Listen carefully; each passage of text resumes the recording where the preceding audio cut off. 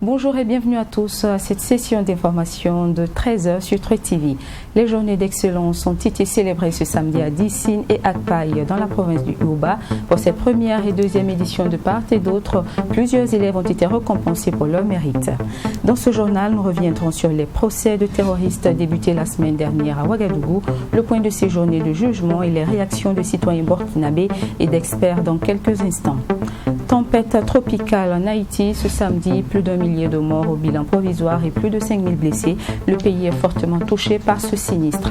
Vous êtes sur la télévision interactive du Burkina. Merci de nous suivre. Dans le cadre du procès terroriste, une dizaine de terroristes est passée à la barre la semaine dernière au tribunal de grande instance Ouagadougou. Des peines allant de 10 à 21 ans de prison ferme ont été prononcées à l'encontre de ces terroristes. Samira Ouetraogo vous fait le compte-rendu de cette première semaine de jugement. C'est le tout premier procès ouvert contre des actes terroristes commis au Burkina Faso. Ouvert au tribunal de grande instance Ouagadougou le 9 août 2021, une dizaine de présumés terroristes ont comparu devant la chambre correctionnelle du pôle judiciaire spécialisé dans la répression des actes terroristes. Ils sont accusés de détention illégale d'armes à feu, dégradation volontaire de biens mobiliers et immobiliers, meurtre, tentative d'assassinat, vol et association de malfaiteurs en lien avec une entreprise terroriste. Des chefs d'accusation qui ont été reconnus par d'autres. Parmi eux, Amidou et Adama à la barre le mardi 10 août. Ils disent avoir agi sous la bannière du groupe terroriste Ansaroul Islam. Durant ce tout premier procès contre les actes terroristes commis au Burkina Faso, au moins 5 personnes ont été condamnées. Les sentences vont de 10 à 21 ans de prison ferme avec des amendes qui vont de 1 million à 2 millions. Parmi ces présumés terroristes, Bari Issa à la barre le vendredi 13 août, finalement relaxé. Selon le tribunal, il n'y a pas assez de preuves qui démontrent sa culpabilité. La majorité de ces présumés malfaiteurs affirment avoir intégré des groupes terroristes par conviction idéologique. L'école de Bafina, la gendarmerie de Bourzanga, la mine d'Inata sont entre autres les différents lieux attaqués par ces terroristes. Des attaques qui ont été menées entre 2017 et 2018. Certains de nationalité burkinabé, la plupart des terroristes qui ont comparu devant le tribunal disent être en lien avec les groupes Ansardine et Ansaroul Islam. L'objectif principal de ces groupes est de chasser toutes les représentations étatiques pour imposer la charia tout en créant leur propre État. Rappelons toutefois que ces procès se sont tenus du 9 au 13 août 2021.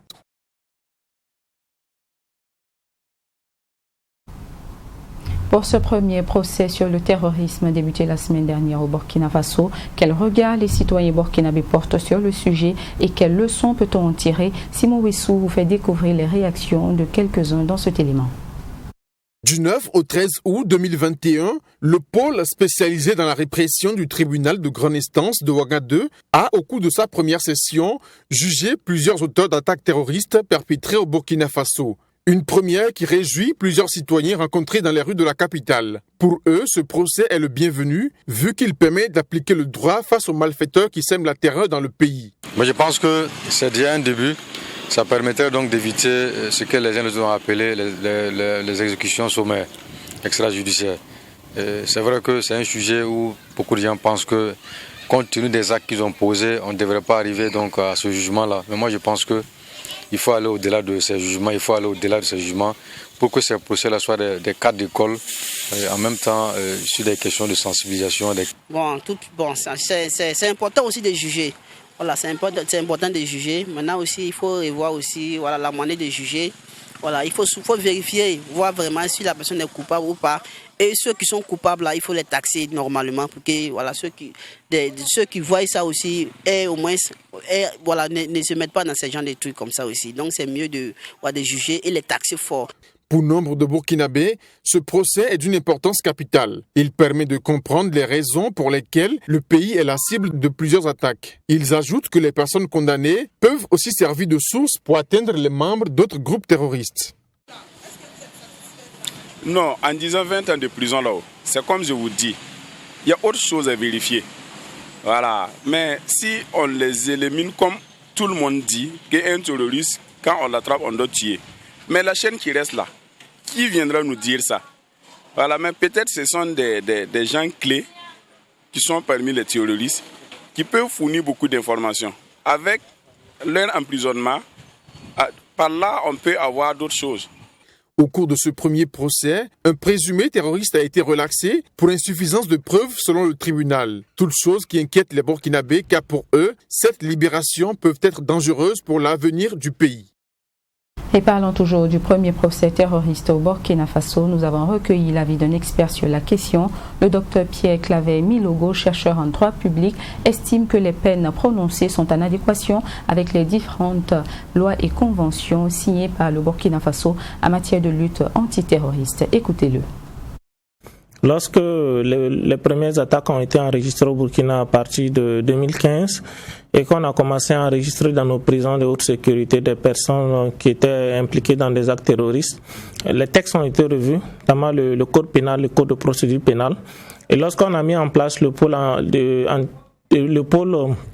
antiterroriste en place, et il a fallu mettre en place tout un dispositif pour pouvoir juger ces personnes-là. Donc le personnel judiciaire a été préparé à cela et nos textes sont tout à fait adaptés parce qu'ils s'alignent sur les grands pays occidentaux qui luttent contre ce phénomène-là depuis très longtemps, bien avant nous.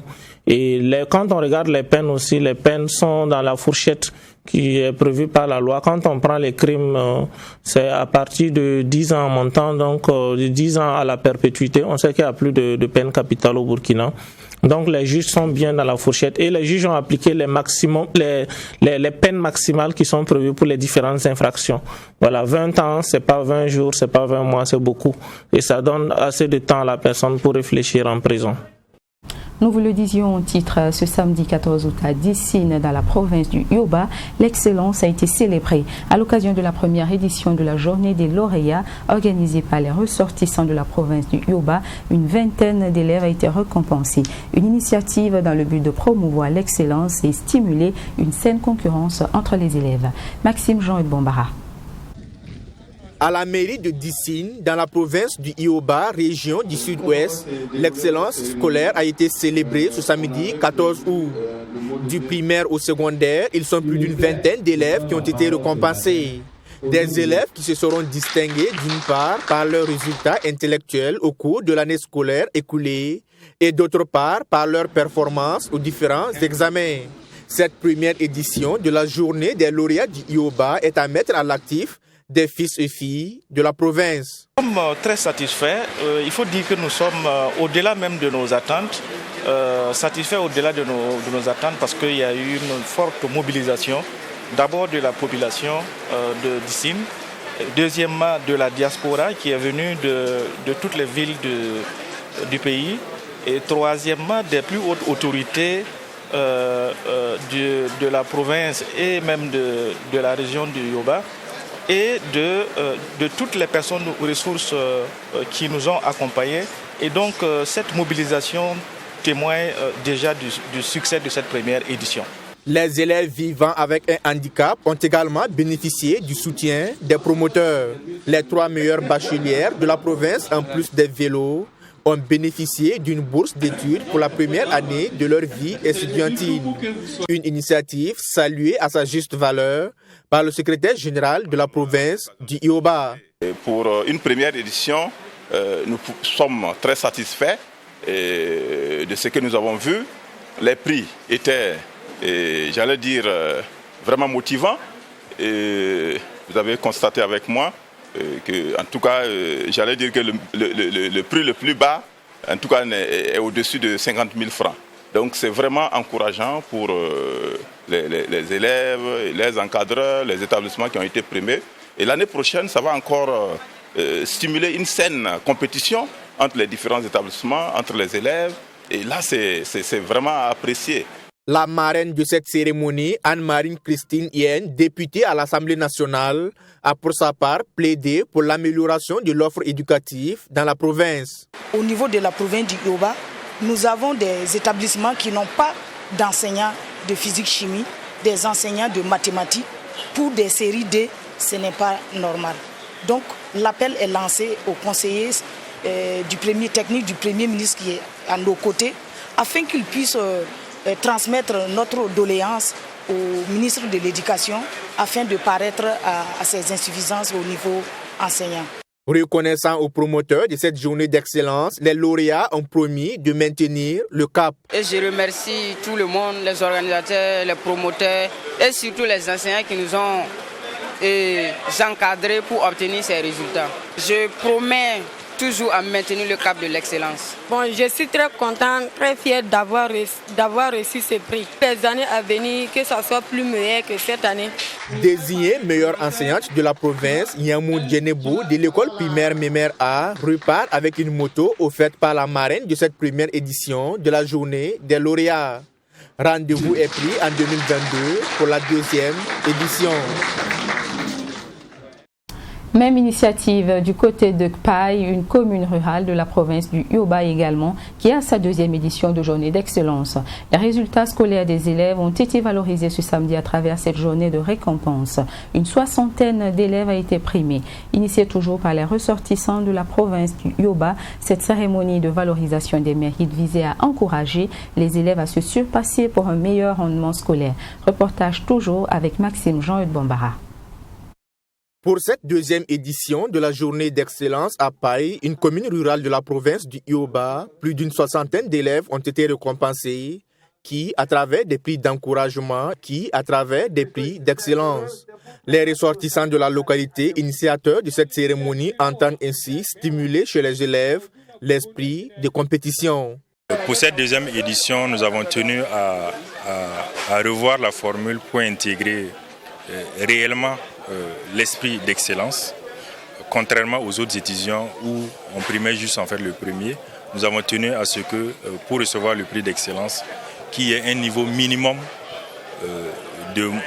une moyenne minimum atteint par l'élève ou dépassé par l'élève pour pouvoir mériter ce prix. Nous pensons qu'à travers cela va stimuler davantage le travail. Pour le promoteur, cette deuxième édition est un pari réussi au regard de la mobilisation, et ce, malgré la pluie diluvienne sous laquelle s'est tenue cette cérémonie. En plus des élèves, les enseignants étaient également de la partie. À notre niveau, on a été récompensés et on pense que enseignants, administration, élèves, tout le monde doit mouiller le maillot pour que l'année prochaine, on ait encore plus de lauréats dans nos établissements. Nous sommes satisfaits de la deuxième édition de cette cérémonie qui permet donc de couronner l'excellence au niveau donc des établissements de Kpaï. Les autorités coutumières présentes à cette cérémonie ont salué l'initiative et invité les fils et filles de Kpaï à rester mobilisés pour le développement de la commune. Fini la deuxième édition de la journée d'excellence à Kpaï, la troisième édition, elle, s'annonce avec de grandes innovations.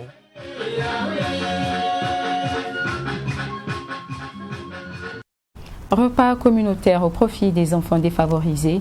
Le district 403A3 du Lions Club International a organisé hier à Ouagadougou un repas sur le site de la carrière de granit au quartier Pissi où résident plusieurs enfants et leurs parents. L'objectif de cette initiative solidaire étendue sur 4 mois est de permettre à ces enfants de bénéficier de meilleurs repas durant cette période.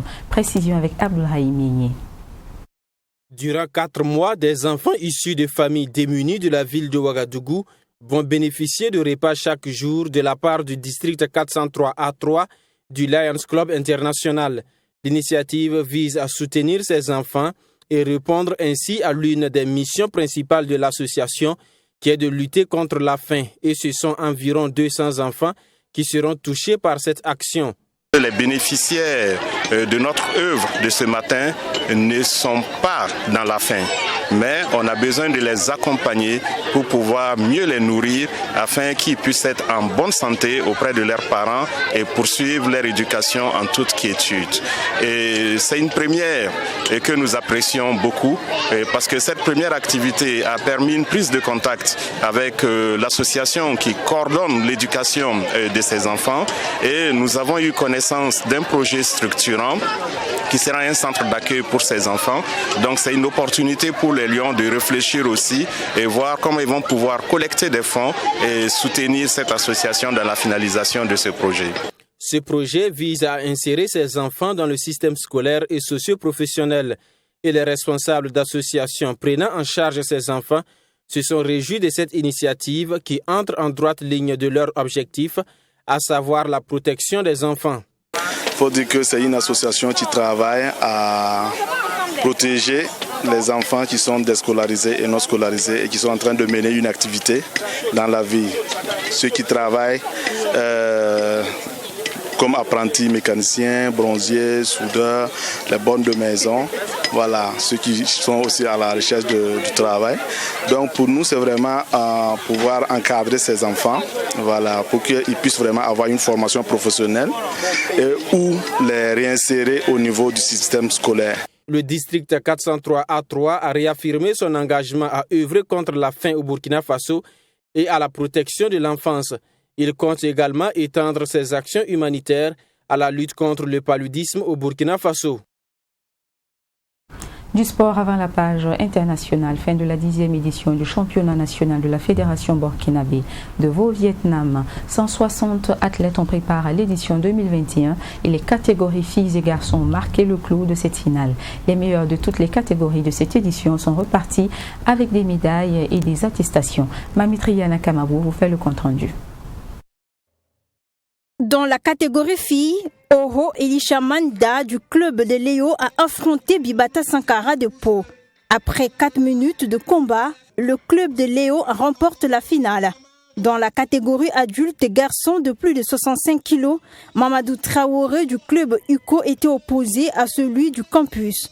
Le combat entre ces deux adversaires était rude et chacun voulait remporter la médaille d'or. C'est le candidat du club UCO qui a marqué plus de points.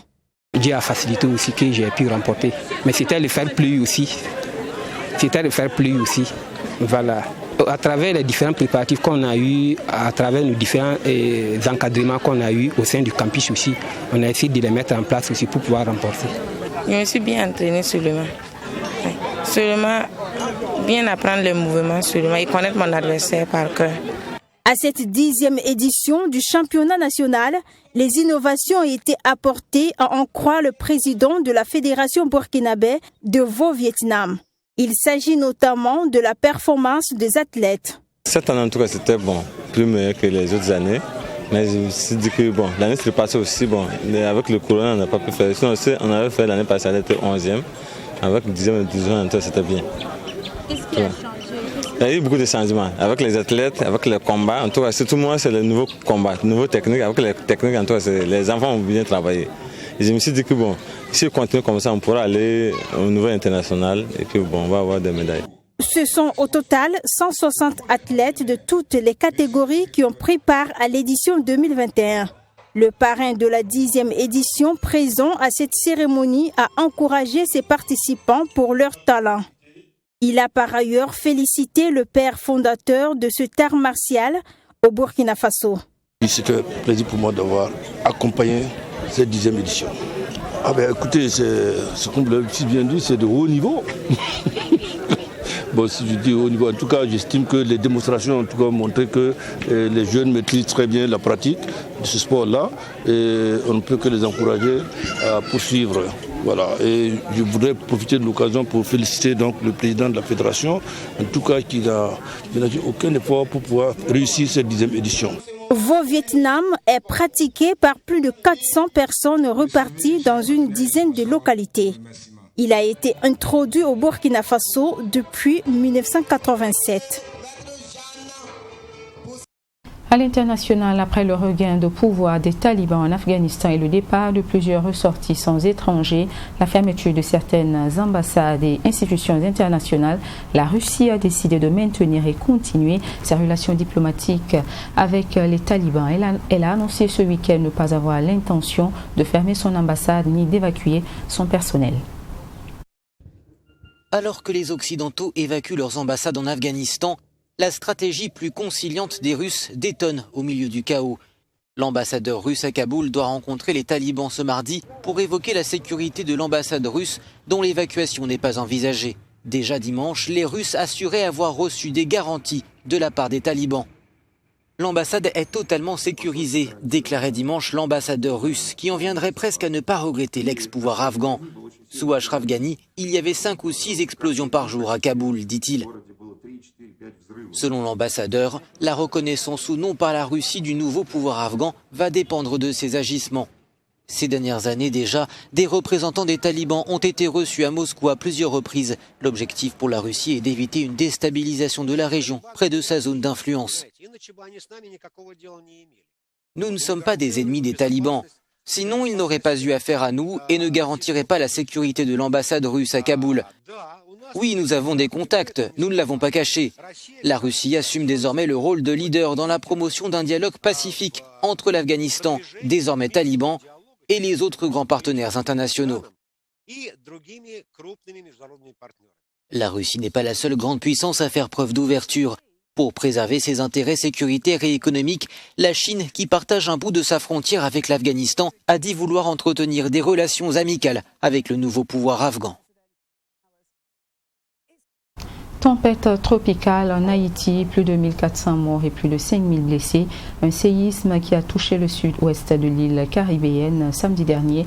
Les secours s'activent de partout, surtout des pays du continent américain, pour venir en aide aux sinistrés. Image pour vous. En Haïti, les mêmes scènes depuis samedi. Des blessés qui affluent vers les hôpitaux et des morgues saturées par les cadavres. Le bilan du séisme s'élève désormais à plus de 1400 morts, selon des chiffres encore provisoires. Et pendant que les secours s'activent toujours pour tenter de sauver les personnes disparues ou bloquées sous les ruines, l'aide s'organise en faveur des sinistrés. On le voit ici, la construction d'abris de fortune dans un stade de foot dans la ville des Cayes. Cette région, dans le sud-ouest de Haïti, est l'épicentre du tremblement de terre qui a frappé l'île caribéenne. Plusieurs pays américains ont proposé leur aide aux autorités haïtiennes pour faire face au désastre. Les États-Unis ont envoyé des hélicoptères pour faciliter le transfert des blessés vers la capitale. Le Mexique a fait parvenir des colis d'aide humanitaire.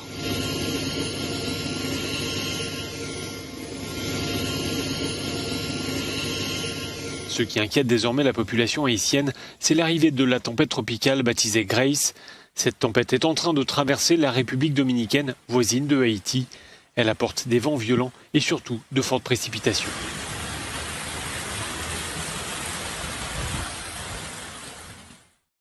Fin de ce journal réalisé par toute l'équipe de rédaction. Merci pour votre attention.